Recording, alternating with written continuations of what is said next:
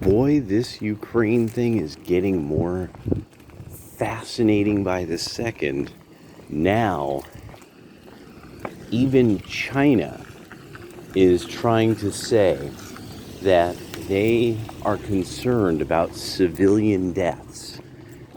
We're supposed to act like now China and their worries about how the Russians are behaving is, oh, now we should be concerned. Now, this is our dog is in this fight. Americans don't care and Americans aren't buying it. This is really something, it took me a minute that I'm like, what the fuck is going on? And then finally it hit me. No, it is just like the stories about the coup, that it started to go from zero to redonkulous if you knew anything about the subject. So now, while I'm watching people trying to take some stance on Ukraine that they think is like principled, but not knowing any, like how all of you are like, no, I never knew about the neo-Nazi anti-civilian brigades in Ukraine till you told me. So now it's hitting me. I'm like, no, Americans aren't buying it for whole other groups of reasons. And now every possible untrustworthy virtue signaler is out there. And then the best of all, this is the one that gets me, is save the gays. Side with the Ukrainian Nazis. Just the irony, just the delicious irony. Don't side with the Orthodox Christians. No. Don't do that. Side with, help the gays. Side with the Nazis in Ukraine to help the gays against the Orthodox. I'm sure somewhere there's a Catholic, a reactionary Catholic, who's laughing their dick off right now. Just like polishing their fucking AR, laughing their dick off at all of this. And that Americans are so strung out on fucking dope and self-interest that nobody has an interest, nobody cares. And that's the part that's like hitting me. I'm like, no, people are too strung out on fucking dope. There couldn't even be a civil war in the United States because motherfuckers are such dope fiends now. Of course the coasts would lose. They're rife with dope fiends. The Midwest are the only people, the conservatives in the Midwest are the only people that aren't hopped up on fucking shit all the time. Holy shit. This is like to see the empire fall like this. I have to cackle with humor. If got about 5 feet, you got space. Yeah. I'm helping this guy with his car. Oh, okay. Yeah. Sorry, I was just helping these guys. They had plenty of room to move their vehicle in. You see, you gotta be helpful. You gotta help people. But yeah, I just think of it now. See, and there we go. And who was it? It was like two like Indio cats, like El Salvadorians or something. And they're like, "Thank you, man." And it's like, that's why I have an incredible hope for America. I have an incredible hope, and it's really based around the fact that people want to make money. That men want to work hard and make themselves some money. And then they want to meet a nice girl, have a kid, and not bother anybody. That's the formula. The more we find people like that to be here, the better off we are. And I just think about it all the time now that we have people who keep thinking they should be telling everyone what for and when. And all the time. And that this comes completely out of a culture. This is something that actually was hitting me about Cenk Uygur. Cenk Uyghur's not a good-looking man. I mean, like he's never been good-looking. Like he's never been this classically good-looking man, and he knows it. He knows like his nose and mouth structure. He has that kind of kooky PLO representative look to him. That's really really ugly. And that you expect some weird guttural growl noises, as his language or something. And, and you find this with a lot of people who are activists. Like Anna Kasparian was pissed because all of her life she was just short of beautiful. She had this honker on her, and she would never compare to, like her redhead friend. And just once you live a while, you start to realize activists are usually just ugly people with a problem with the world. And fat girls, stupid black people, like people who got made fun of, but they just couldn't handle it, not tough, thin-skinned people, average women that like want extraordinary outcomes. A lot of women who don't get like, no, your mom married that outcome. She didn't achieve it, she married it.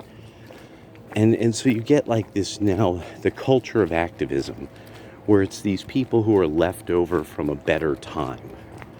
And they're lesser people. That's why they're activists.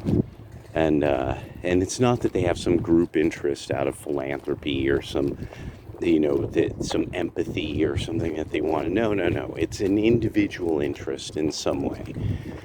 They're getting attention for their activism.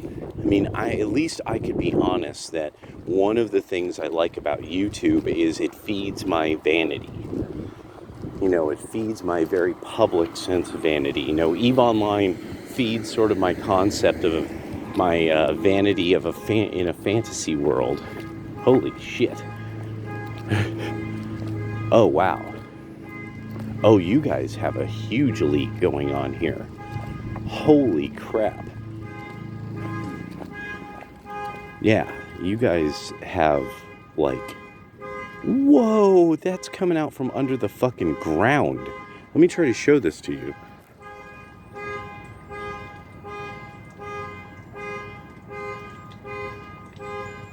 Alright, I'm going to walk around, and as some of you could see, it's obviously originating from something over at the building.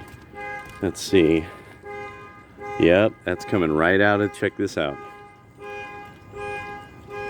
That's coming right up from the waterboard thing. Actually, if I see a Public Works truck, I'll say something. Where are we at? 14th, East 14th, yeah. East 14th and Mill. Yeah, so it's, see, that's the activism I believe in. Call the city works department. That's about it. See, that person probably can't fix the water problem, right? I'm not going to, like, start some movement. Stop wasting water. How can you waste all this water? No, this person, what the fuck? What the fuck? I swear, some of these constructions are getting stranger and stranger. Like, where you're like, what kind of common room is that? Is that like a common room for a quad? Or is that like some kind of weird apartment building common room? But yeah. So I woke up just thinking about this because it was like, stupid Ukraine takes and stuff. And then Cenk Uygur and Hassan Piker had their takes on it, which, who cares, right? But it was just that it really hit me like, the Hassan Piker, the quintessential, like, kind of stupid, handsome liberal guy. I knew people like that, that he was, the person who was basically came from wealth and played dumb. All he had to do was play stupid, and women would fuck him. And he just was cool with everything.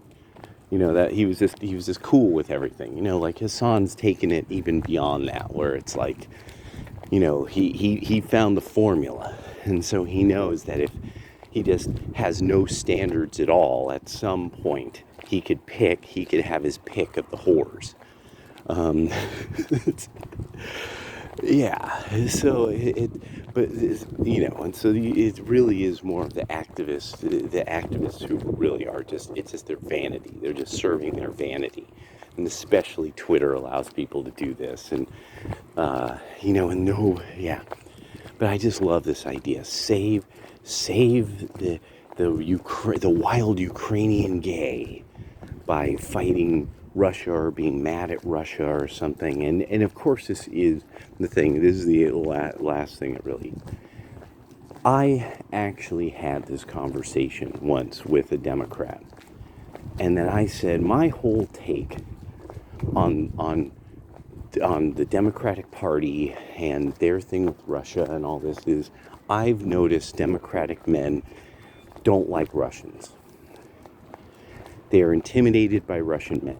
That's just it. It's you see, white Democratic liberal men think that if they're down with the brothers, their dick will be big, or something. It is sexual. It is sexual potency and toughness, and like I'm down with the brothers. I'm a violent nut job too. If it comes down to it, that's the thing with that. In kind of because you never really hear white Democrat liberal males they really don't know anything about Native Americans, so they don't really try to harp on, but they know a lot about rap music, so they're like, yeah, I'm down with the brothers, and and their dad was into blues, blues and jazz, on the hi-fi stereo, as Jello Biafra would say. Ethnic jazz, parade your pizzazz on your $5,000 stereo, bragging how the N-words feel cold and the slums got so much soul. But the thing also that really started to hit me about it all is that there's something weird about. Now, I've run into plenty of Eastern European, the Russian guy who it's like, no, you shouldn't be here. I've run into them. That really you don't get exactly, and then you have to realize, no, these are the black people of Europe. That is why they're behaving this way. If you just act like you're dealing with a low class black person, then this is fine. Then this is very normal.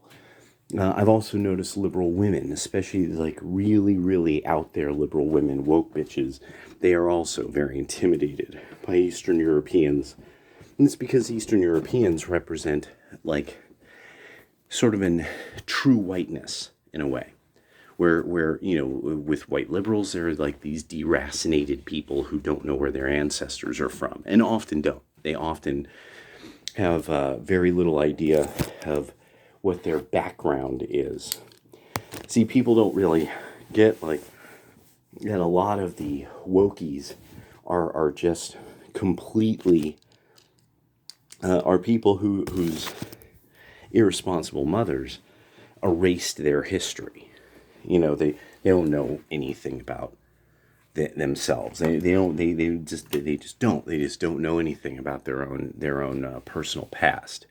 And so it's just something I started to realize at a certain point, that I'm like, I'm noticing women who generally have problems with masculine men, in customer service. They would just everything would go wrong when they have to deal with a relatively normal old man. And I finally was like, no, this is about effeminate men and these big titty kind of quasi retarded liberal bitches, that they have an issue with Eastern Europeans and specifically Russians, and that they're very intimidated by them. And it's just something that I noticed. It's just Yeah, and I think it's solid. I think it's really a solid take. Um, yeah, and especially since I've noticed over about the last like handful of years, some of you probably have noticed this too, that you will start finding people who are obviously people of Russian descent in the United States. That it's like their worldview should have been something about like Clinton being pretty cool and and so, but now who are they siding with? Because so many of them in one way or another are starting to realize, wait, these are just communists. And so they're starting to get like, oh, the real Americans are these people. These people are these communists, and these are the kind of people who were supporting the motherfuckers who were holding my parents down. These were the people who thought we just needed to understand communism a little better. Now they got a little older, started needing things, liking a vacation now and then, liking visiting Western Europe. They realized, oh yeah, communism not so much. Yeah, maybe. I like my husband's paycheck. All right. Okay. Later.